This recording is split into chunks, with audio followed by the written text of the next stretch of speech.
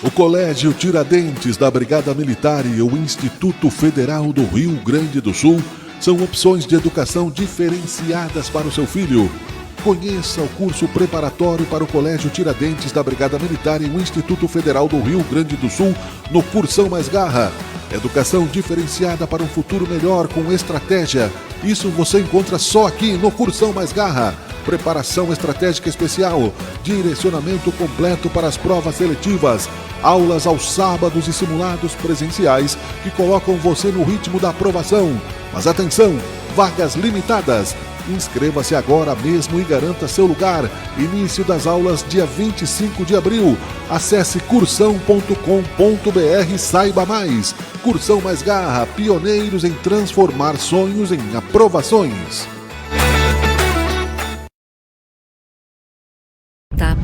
Ele prometeu mudar. Ele começou escolhendo as minhas roupas e depois as minhas amizades.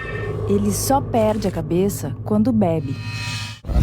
Ela não disse mais nada. Quem vê os sinais não pode esperar o fim para denunciar. Ligue 190. Isso não é amor. Associação Rio-Grandense de Imprensa.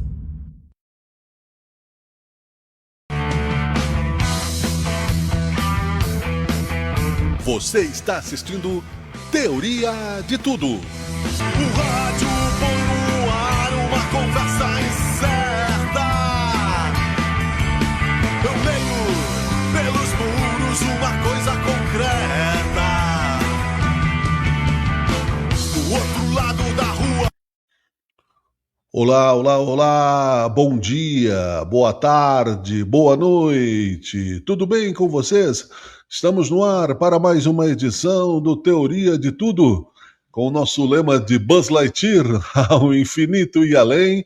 Vamos em frente, edição de número 801. Hoje, segunda-feira, dia 13 de abril de 2026, 10 horas 3 minutos, é a hora oficial do Brasil, 21 graus a temperatura aqui em Caxias do Sul, na Serra Gaúcha. Falamos ao vivo, pela plataforma do Facebook, mas também com a nossa pós-audiência no YouTube, no LinkedIn, no Instagram, no X e no nosso rádio portal sabecaxias.com.br, que é rádio e também é um site de notícias desde 2010, trazendo para você aí, através da inteligência natural, desenvolvida através do esforço dos fosfatos fervidos, mas utilizando também a inteligência artificial como formas, de trabalhar o entretenimento, a consciência, o conteúdo, pensando bem, dá para ser feliz, em busca da razão perdida é o lema do Teoria de Tudo no guarda-chuva de Sabe Caxias. Nosso papo hoje é sério, papo reto. Nós vamos falar sobre este conflito internacional, da guerra Estados Unidos-Irã, que está deixando todo mundo preocupado. E volta ao programa a minha querida amiga, querida jornalista Valéria Monteiro, para falar da geopolítica internacional. Ela tem feito um trabalho de excelência, para quem não conhece, no site valeriamonteiro.com.br, com artigos, com opiniões sobre todos os assuntos e também, é claro, sobre esta questão da geopolítica internacional, a guerra, os bastidores e as entrelinhas que nem sempre são lidas da maneira correta como se pode propor para uma reflexão.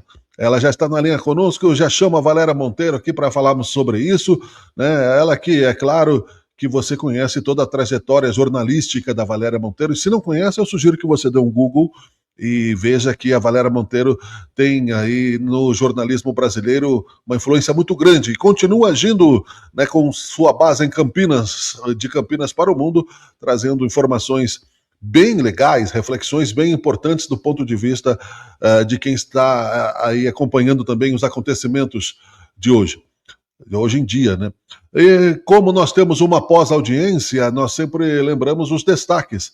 Antes disso, eu preciso citar que nós temos o apoio de Unicesumar, nota 5 no MEC, melhor EAD do Brasil, aqui em Caxias do Sul, no polo de Caxias do Sul, onde estamos sediados. Também vale a pena você conferir. Cursão Mais Garra, está precisando de uma preparação legal para o Enem, para o vestibular, para outros cursos aí, para encaminhamento, né, do seu adolescente ou de você que é adulto também, adulta. Enfim, Cursão Mais Garra está junto conosco. CPR Rodas e Pneus, Agrícola Juriti, TV Caxias, Canal 14 da NET. Muito obrigado ao Paulo Salsen na nossa divulgação de conteúdos. Também Mecânica Tecnicar, Top Down Informática, a marca que faz muito por você. Os destaques rápidos hoje do programa. Com guerra no Oriente Médio, o mercado financeiro aumenta a estimativa de inflação no Brasil e passa a prever estouro da meta. Irã chama bloqueio naval dos Estados Unidos de ilegal e pirataria e ameaça portos nos Golfos Pérsico e do Omã. Após críticas de Trump, Papa diz que vai continuar se manifestando contra a guerra no Oriente Médio. Trump anuncia bloqueio de todos os navios que tentarem entrar ou sair do Estreito de Hormuz. Vamos ficar por aí, né? E claro que outros assuntos até podem entrar na nossa pauta. Enfim, existe um cessar-fogo frágil, sem acordo definitivo nesta guerra. Os Estados Unidos exigem que o Irã abandone ou limite drasticamente a questão nuclear. O Irã considera isso inegociável. O petróleo é estratégico. Tem muita coisa em jogo e eu quero ouvir com atenção aqui a minha amiga jornalista, colega Valéria Monteiro. Vou trazer ela ao palco aqui. Ao palco não, né? Ao palco online, né? Deixa eu desmontar o microfone dela aqui. Saudades de você, Valéria. Bom dia, boa tarde, boa noite. Bom dia, boa tarde, boa noite a você, meu querido Miguel, e a toda a sua audiência aqui do Teoria de Tudo, no site Sabe Caxias. Muito bom estar aqui de volta. Eu gosto muito de você e de te ver e de estar nesse ambiente do seu site que você constrói tão bem, Miguel. Parabéns. Obrigado, querida. A recíproca é verdadeira, tenho te acompanhado também, excitado. Vamos junto, né, nessa correria do dia a dia. E aí eu tenho te acompanhado também nessas nossas dificuldades geopolíticas mundiais. E você vai com profundidade, né, precisa na questão. Como é que tu está analisando, então, Valéria, né, esse assunto tão sério que nós estamos vivendo, que é essa guerra Estados Unidos-Irã?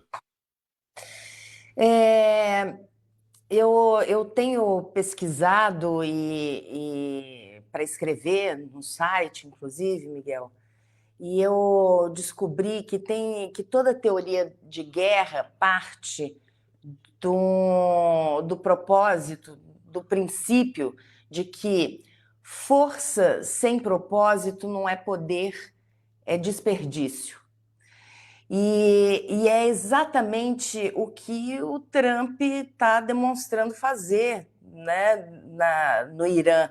E indo, inclusive, contrariamente, ele fala que ele é um seguidor do Sun Tzu, ou pelo menos um fã, e que escreveu A Arte da Guerra, e o que ele faz na prática é exatamente o oposto. Ele está abrindo frentes em várias... quer dizer, está abrindo várias frentes de guerra, quando o ideal não seria uma de cada vez, pelo menos, se é que a gente teria que abrir guerra, e nenhuma dessas guerras do Trump me parece... acho que não há sensatez em guerra, né? Mas nenhuma dessas guerras parece ter uma justificativa. E eu acho que na semana passada, no começo da semana passada, ele ainda ultrapassa um limite que é um limite muito preocupante, na minha opinião, que é o limite da ameaça. Agora a gente está vivendo um cessar-fogo na guerra do Irã, é um cessar-fogo, como você estava dizendo aí, muito vulnerável, porque ele não traz nenhuma novidade para as negociações. A gente vai chegar lá. Mas no começo da semana passada, se não me engano, porque essas atualizações estão vindo muito rapidamente, o Trump ameaça acabar com toda uma civilização. E isso é um limite, porque os estados, eles já, na prática, eles já violavam normas de guerra e tudo isso. Mas o Trump ameaçando acabar com uma civilização e dizendo que ele não se importa se isso consistiria em crimes de guerra, ultrapassa um limite preocupante no sentido de que sempre houve uma necessidade de produção de narrativa, pelo menos, porque embora se ultrapassasse, se violassem normas, havia uma consciência de que era importante preservar a ideia de um limite, um limite que, se ultrapassado, ocasionaria custos. Esses custos estão acontecendo, mas o limite ele foi ultrapassado de qualquer forma. O limite moral, o limite que dava às instituições o valor, né, instituições como a ONU, o valor de uma cooperação entre estados que preservasse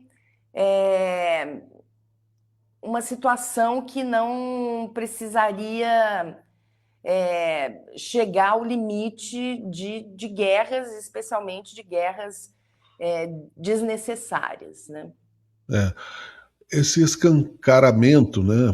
Essa falta de filtro e essa loucura aparente ou real do Trump, como é vista dentro do conhecimento da cultura americana que tu tem dentro dos Estados Unidos, Valério? O que tu acha que eles estão pensando? A oposição, tem alguma oposição? Enfim, porque ele parece livre, né?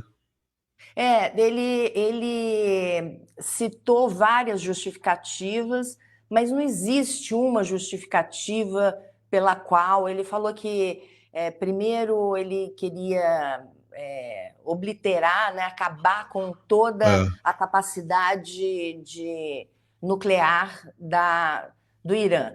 Depois, ele falou que ele queria acabar com toda a capacidade armamentista do Irã. Depois ele falou que era uma questão de mudança de regime, o que não é possível fazer, todos os especialistas dizem, não é possível fazer só de cima, só com ataques aéreos, enfim, teria que ter tropas, fazer um fronte dentro do país, dentro do Irã. E isso levaria a uma guerra muito mais longa do que o que o Trump disse ter em mente quando começou. Quando ele começou, ele achou que era uma questão de poucos dias, como ele fez na Venezuela. Ele está comparando bananas e maçãs, coisas que não têm a ver, né? Países com culturas muito diferentes e situações muito diferentes, capacidades muito diferentes. E isso fragiliza exatamente o propósito de uma guerra e faz com que seja um desperdício. Agora, na minha opinião pessoal e na minha observação, todas essas guerras, porque agora ele também já disse que vai invadir ou tomar Cuba, que é o próximo. Cuba é o próximo, na fila das guerras. Isso tudo, para mim, que não tem uma justificativa clara, a justificativa mais clara que eu vejo é uma tentativa do Trump de é tirar o foco nos arquivos Epstein, que começavam antes da guerra do Irã a mostrar ligações dele diretas e denúncias de vítimas do Jeffrey Epstein contra o presidente americano atual, o Donald Trump. Então, eu acho que ele é maluco e ele começou a mandar guerra, porque isso, logicamente, toma a atenção de todo mundo e não deixa espaço mais para nenhuma outra discussão. Mas isso é uma opinião minha, de acordo com observações próprias. Claro. Ninguém pode dizer que isso é o que realmente está acontecendo. Sim, e que são sempre válidas no sentido de que estuda a questão, e realmente, né, não se falou mais do caso Epstein, não se sabe, né, nos noticiários. São guerras matando mais pessoas, colocando o mundo inteiro numa fragilidade, né, porque por ali, pelo Estreito de Hormuz, passa petróleo, 20% do petróleo do mundo, ou 25% do petróleo do mundo, passa muito dos insumos para a agricultura. Então, ali toma realmente todo o interesse da humanidade inteira. E o que eles conseguiram agora, e que faz desse interstício, né, essa parada nos ataques de lado a lado,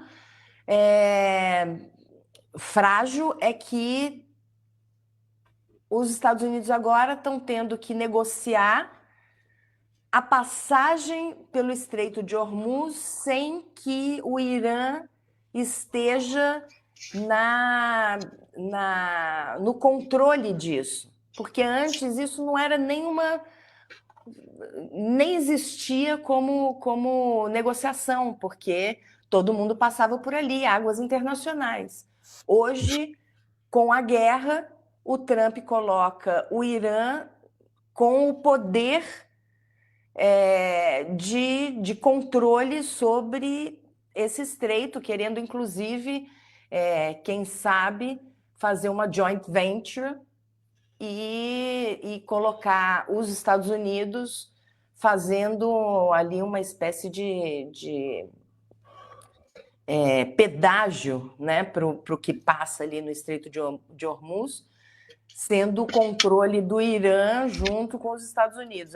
Quer dizer, é um absurdo. Agora começa os outros países da região que estavam com os Estados Unidos a se preocupar ainda mais. Eles foram atacados pelo Irã nas bases americanas que estavam nesses países, mas também população civil, hotéis, enfim. Quer dizer, é uma guerra que não tem foco, não tem propósito e levou para trás, retrocedeu, inclusive, naquilo que já estava pacificado. Exato. Isso é muito triste, né? Isso nos leva a pensar, eu não sei como que tu pensas isso, na lentidão da questão da transição energética, né? Que já poderíamos estar mais avançados no Brasil, no mundo, né? Na questão de outras alternativas além do petróleo e também de autonomia na questão dos fertilizantes, por exemplo, também, como tu citaste, né? Exatamente. Isso são pontos decorrentes, né, de uma fragilização também que o Trump tem levado às instituições internacionais.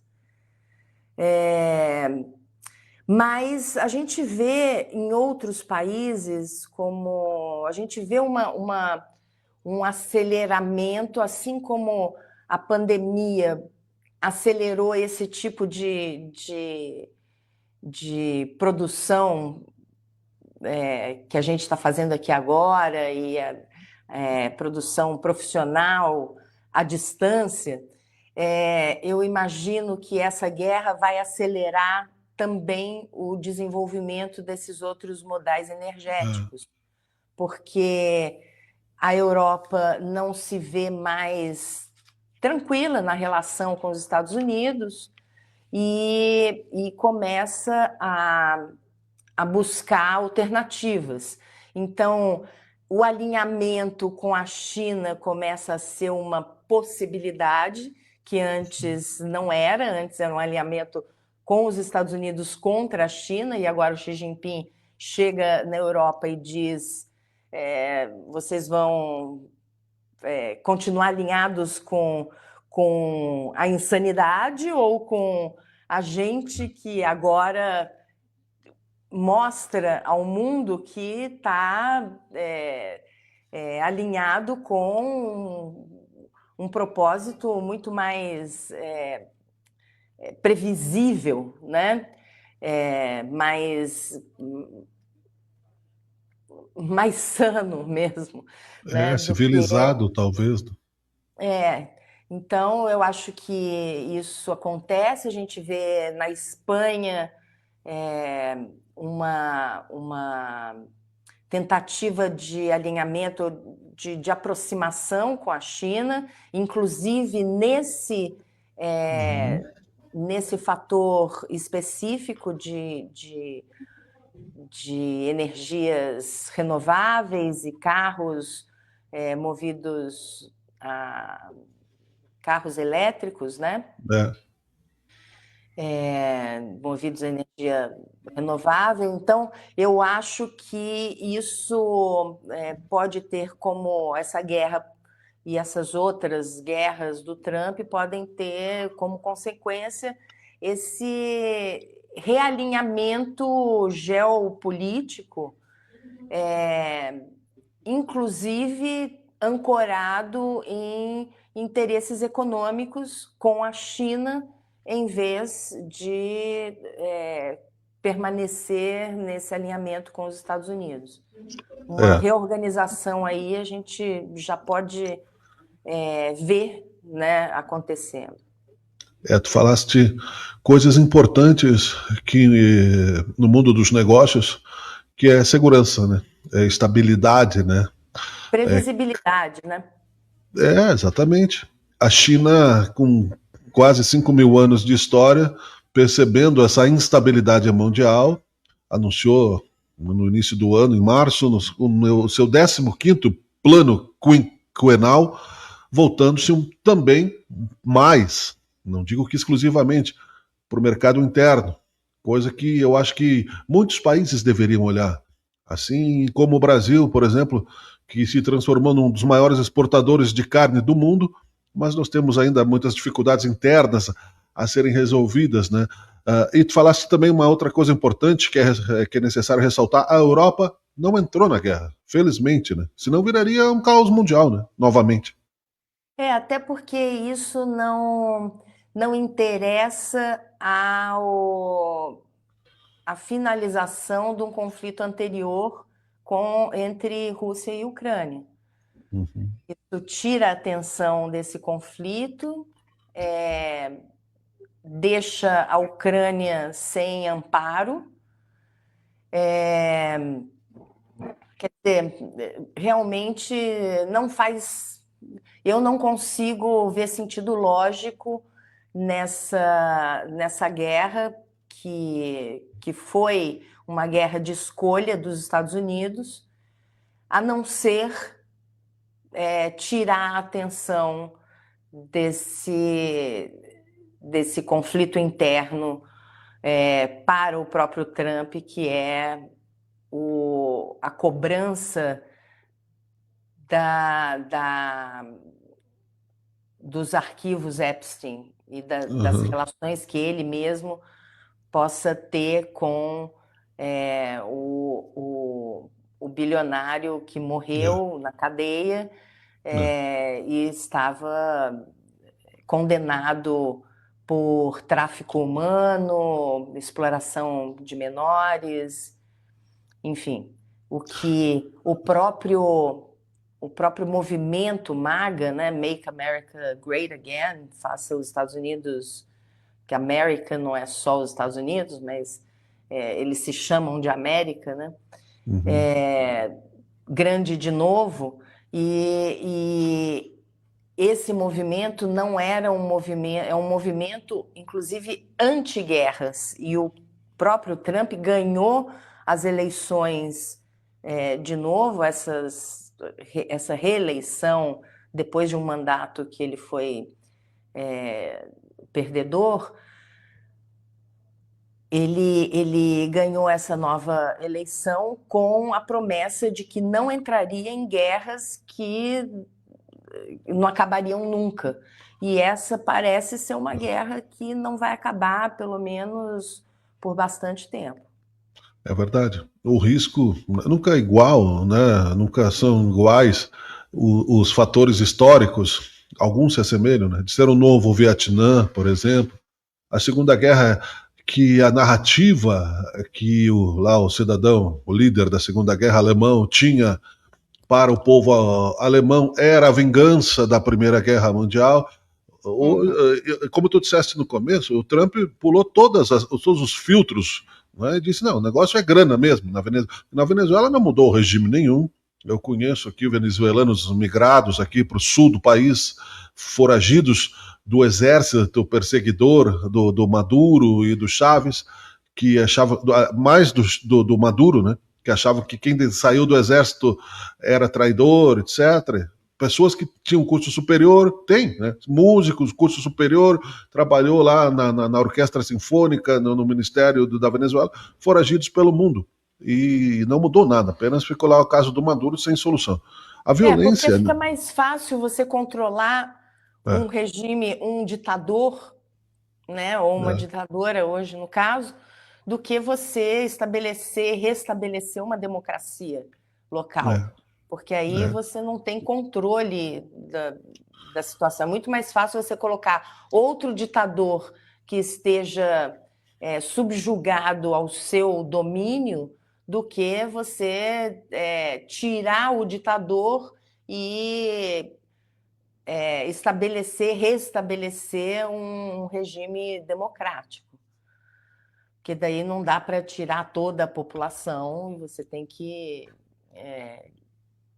lidar com outros mecanismos democráticos, né? Você está me ouvindo direito? Deu uma queda de sinal, mas não tem problema. Eu tenho uma plaquinha aqui. Estivemos fora do ar por falta de energia. Lembra quando era, né? Nós voltaremos daqui a pouco. Estivemos fora da. Então vamos voltar ao raciocínio. Você disse que é muito mais fácil, né, substituir um ditador pelo outro. Era isso.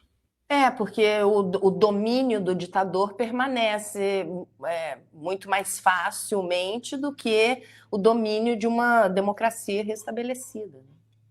E o que eu noto, infelizmente, que veladamente ou explicitamente acontece muito aqui. Pessoas, aqui eu digo na região, muitas pessoas têm o sonho da ditadura, o sonho de romper os limites, né, do diálogo. Não tem diálogo, como já se teve aqui, fazendo uma autocrítica aqui da imprensa local, e crítica mesmo, né, não só se discute nas bolhas, as palestras são para plateias amestradas, não há debate, não há diálogo. A gente ouve falar barbaridades aqui, por exemplo, que o caso de El Salvador é um caso de exemplo de segurança contra a sociologia, coisas absurdas, né? Que afeta também a nossa eleição nacional aqui. Não sei como é que tu tá vendo, Valéria. Tô preocupada com essas próximas eleições, porque eu acredito que o Lula poderia ter feito um gesto maior de de se retirar. A gente não precisa do quarto mandato do Lula, a não ser que seja para derrubar a possibilidade de um mandato da extrema-direita, porque não é democrático. E se não há democracia, eu temo que um novo governo Bolsonaro possa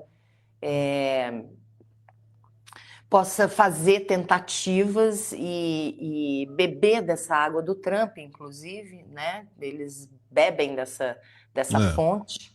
Da água suja, né? Eles bebem, né? Pior ainda. Exatamente, e tentando rifar o país, né? Não compreendendo a necessidade da legitimidade. Mas eu temo porque eu acho que há um cansaço com relação à figura do Lula. Não que ele não tenha feito coisas boas e necessárias, mas eu acho que há um cansaço da permanência dele por tantos anos, dessa hegemonia lulista. E acho que ele poderia ter feito um sucessor e sair disso com grandeza. E, em vez disso, ele continua a pedir que os demais, né, que o Haddad em São Paulo, que a Marina Silva, que agora esqueci o nome do ex-presidente do Senado, que ele quer que dispute em Minas Gerais, o governo de Minas Gerais. Ele pede que todo mundo faça um esforço e ele mesmo não faz. E eu me preocupo porque hoje nós temos só Lula contra a extrema-direita e a gente tem uma tendência no Brasil a procurar mudanças que são emocionais, não são lógicas. Perfeito. A gente procura algo para mudar, não algo para mudar para melhor, necessariamente. Eu acho que isso é algo que me deixa bastante preocupada. Sim, eu entendo bem o que tu queres dizer, que eu acho que a humanidade dá esse salto em vários momentos da história, né? Para citar só o mais recente do século XIX, é a Revolução Francesa. Sobressaltos, vai-se ao limite da emoção para encontrar alguma razão, depois vem os iluministas, etc. Mas, infelizmente, né, a razão se perde nisso. Falaste do Rodrigo Pacheco, do PSD. Rodrigo Pacheco, eu tinha esquecido o nome me faltou aqui, mas é o Rodrigo Pacheco, exatamente. Te ajudando aqui no ponto eletrônico. E não no mesmo sentido ideológico, mas também no sentido de apego, aconteceu agora na Hungria, notícia de hoje, né? Que o Orbán, depois de 16 anos, perdeu a eleição.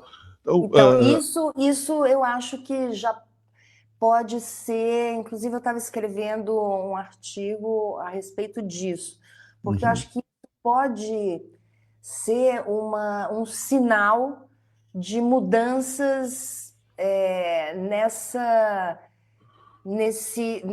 união da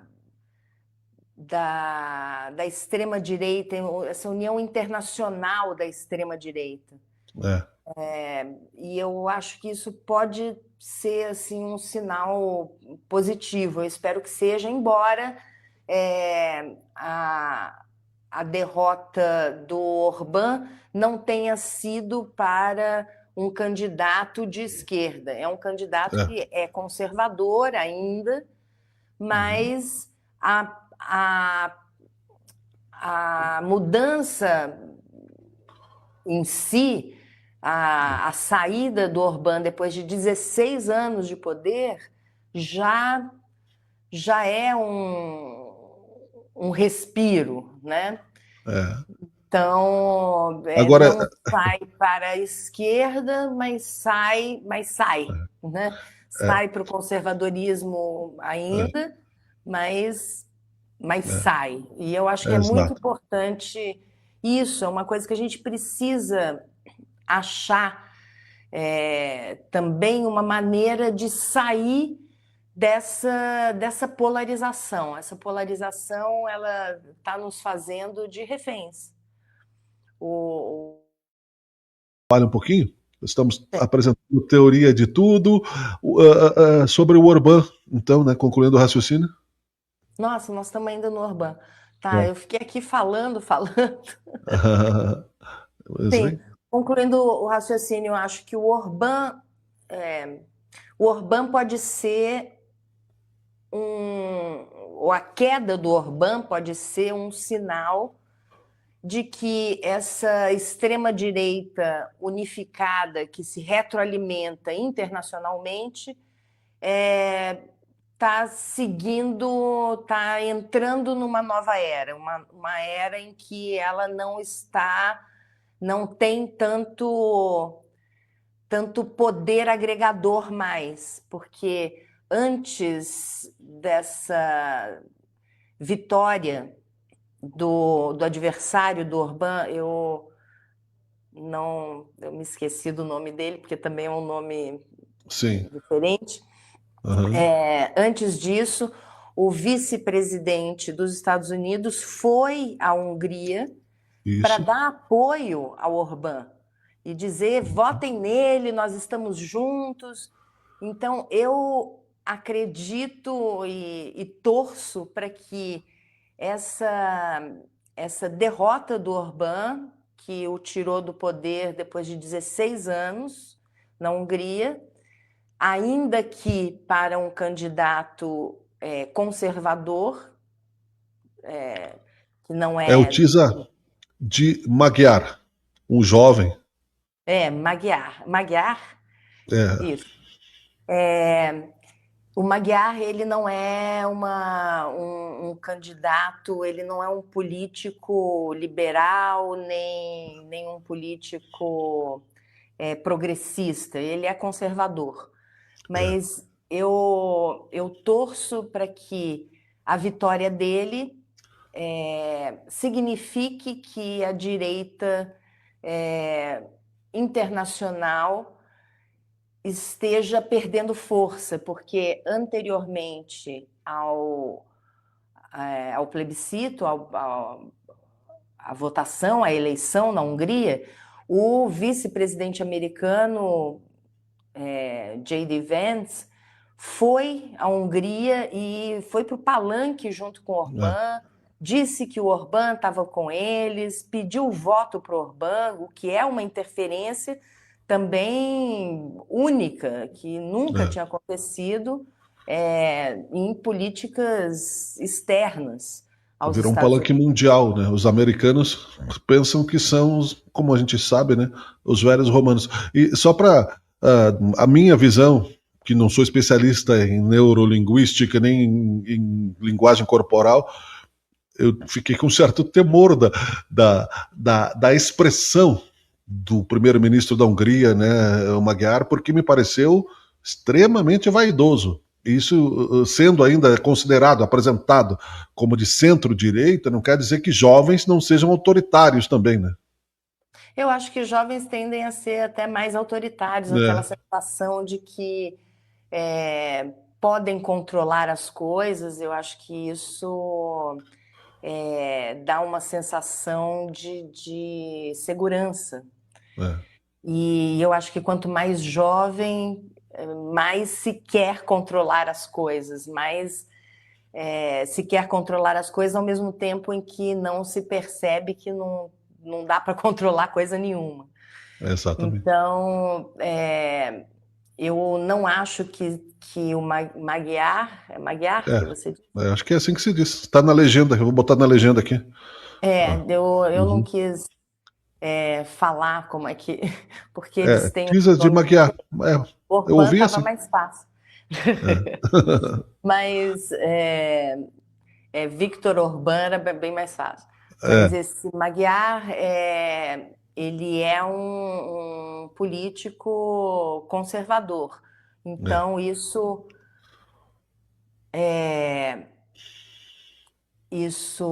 não dá assim uma Tranquilidade. trégua muito grande, mas É, tira o Orbán. É muito importante que a gente, e aí voltando para o Brasil, é muito sim, importante que haja renovação no poder, isso mesmo.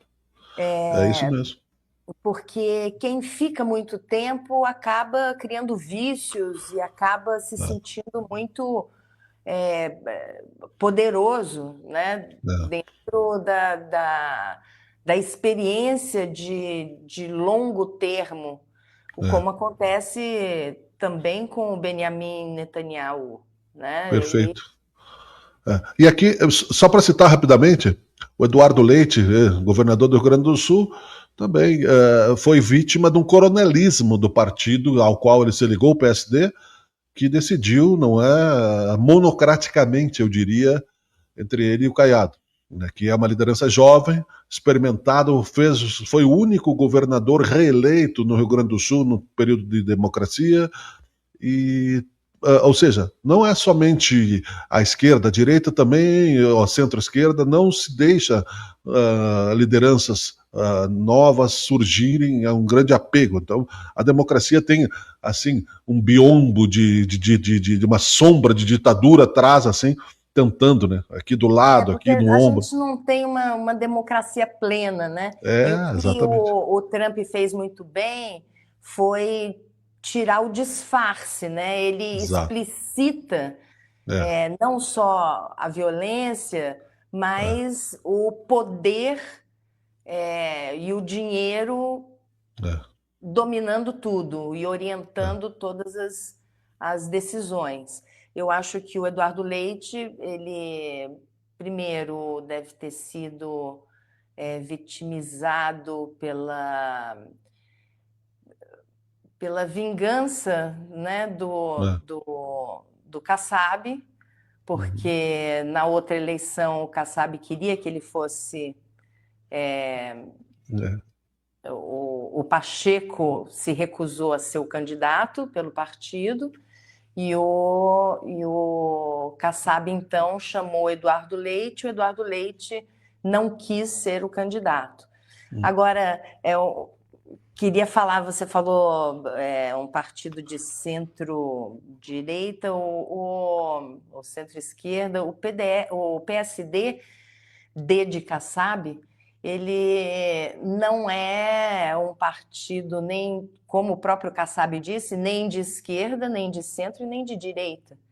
Ele é um É. partido pragmático e como todos os partidos, eu sempre bato nessa tecla, o problema da política brasileira está essencialmente nos partidos e na forma como os partidos funcionam, a dinâmica de funcionamento dos partidos, que são instituições privadas que lidam com dinheiro público e que decidem entre uma minoria ou uma pessoa só decide quem vai ter legenda, quem vai ter a maior parte, ou uma parte substancial dos fundos eleitorais ou partidários para fazerem campanhas, e isso faz com que a nossa democracia não seja plena, que a nossa Uhum. democracia também esteja sequestrada por um funcionamento que ditatorial É, internamente dos partidos. perfeito. Caciquista, né? Coronelista, né? Valéria Monteiro, querida amiga jornalista, a distância física nos separa, mas a internet nos ajuda também a esse diálogo, a essa nossa relação de profissionalismo e amizade também.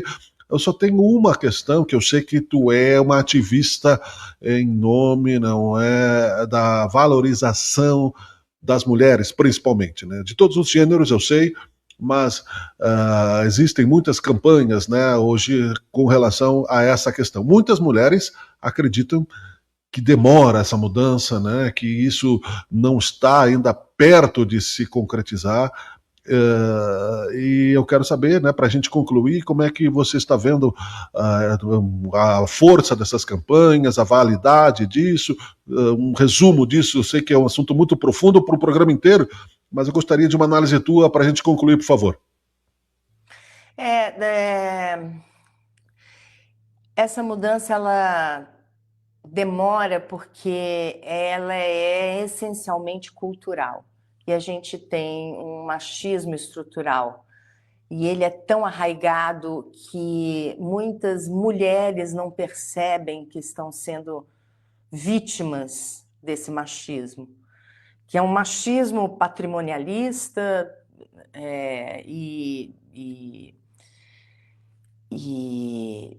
traz uma misoginia que percorre a nossa vida desde o nosso nascimento.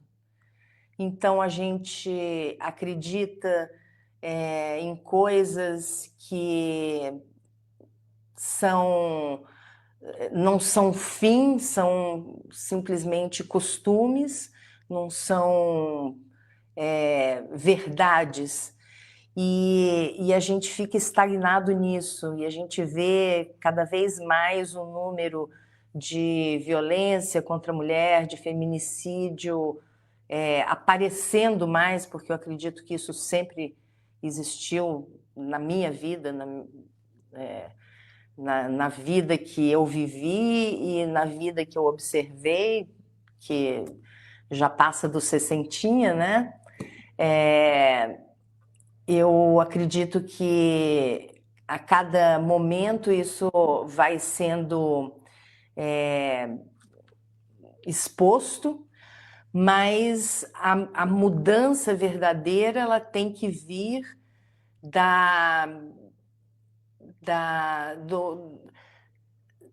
da consciência e que vai levar a essa transformação cultural. E essa consciência, ela tem que vir não só das mulheres, mas dos homens. Os homens que aos poucos vão compreendendo, porque os homens vivem um mundo mais possível, com um acesso maior. Tá bom, existem homens que também estão batalhando, que também sofrem violência e sofrem não só sexual, mas violência da sociedade em geral. Mas sabemos que quando há um recorte de gênero, as mulheres sofrem ainda mais, as mulheres negras sofrem ainda mais. Então, a gente tem que contar com um programa de conscientização, e eu acho que nesse sentido é importante tudo isso que tem se falado, todas essas campanhas, para que a gente não esqueça, para que isso não fique relegado a uma condição secundária. E porque, na verdade, isso é um tema civilizatório, é algo que, se a gente não se atentar, a gente não vai melhorar como país. A gente vê mesmo nessas eleições, talvez a gente tenha uma pré-candidata à eleição presidencial, da qual nem se fala, porque é tão normal você pensar em candidatos presidenciais na própria candidatura como uma coisa masculina, que a gente vê o empobrecimento da nossa imaginação política. E eu não consigo ver isso como um progresso. Tá bem. Já estou com saudades. Foi um programa muito legal. Muito obrigada pela oportunidade de estar aqui conversando com a sua audiência, mas estar aqui conversando com você mesmo, Miguel. Que bom, querido. Que bom. Também gosto muito de você. Deixa aí o teu endereço eletrônico, né, novamente, né, propaganda do teu site em 30 segundos aí pra gente, 1 minuto. Vamos lá, pessoal. Eu sempre coloco os novos temas de discussão, de debate, os meus novos artigos em chamadas nas minhas redes sociais. O Instagram é Valéria Monteiro, o Facebook é Valéria Monteiro, e o site onde você pode ler, e todo mundo pode ler os meus artigos mais aprofundados. Eu pesquiso para eu mesma saber e depois eu compartilho isso com as pessoas que têm curiosidade e interesse de uma forma aprofundada no meu site, que é valeriamonteiro.com.br. Vocês são muito bem-vindos e, se gostarem, deixem lá o seu like e compartilhem, porque isso ajuda muito a gente, nós empreendedores da notícia, das atualidades, do que está acontecendo, né? Que não recebemos dinheiro do Banco Master, né? Porque tem muita gente picareteando aqui na região. Tá? Nem dinheiro nenhum, como é o meu caso. Estou totalmente independente. Bom dia, boa tarde, boa noite, querido. Bom dia, boa tarde, boa noite. Até a próxima, querido. Até a próxima. O Teoria de Tudo, sério, mas simpático e belo, volta sempre e numa próxima oportunidade também com a Valéria Monteiro. Muito obrigado a você que esteve conosco. Tchau, tchau. É o Teoria de Tudo. Você está assistindo Teoria de Tudo. O rádio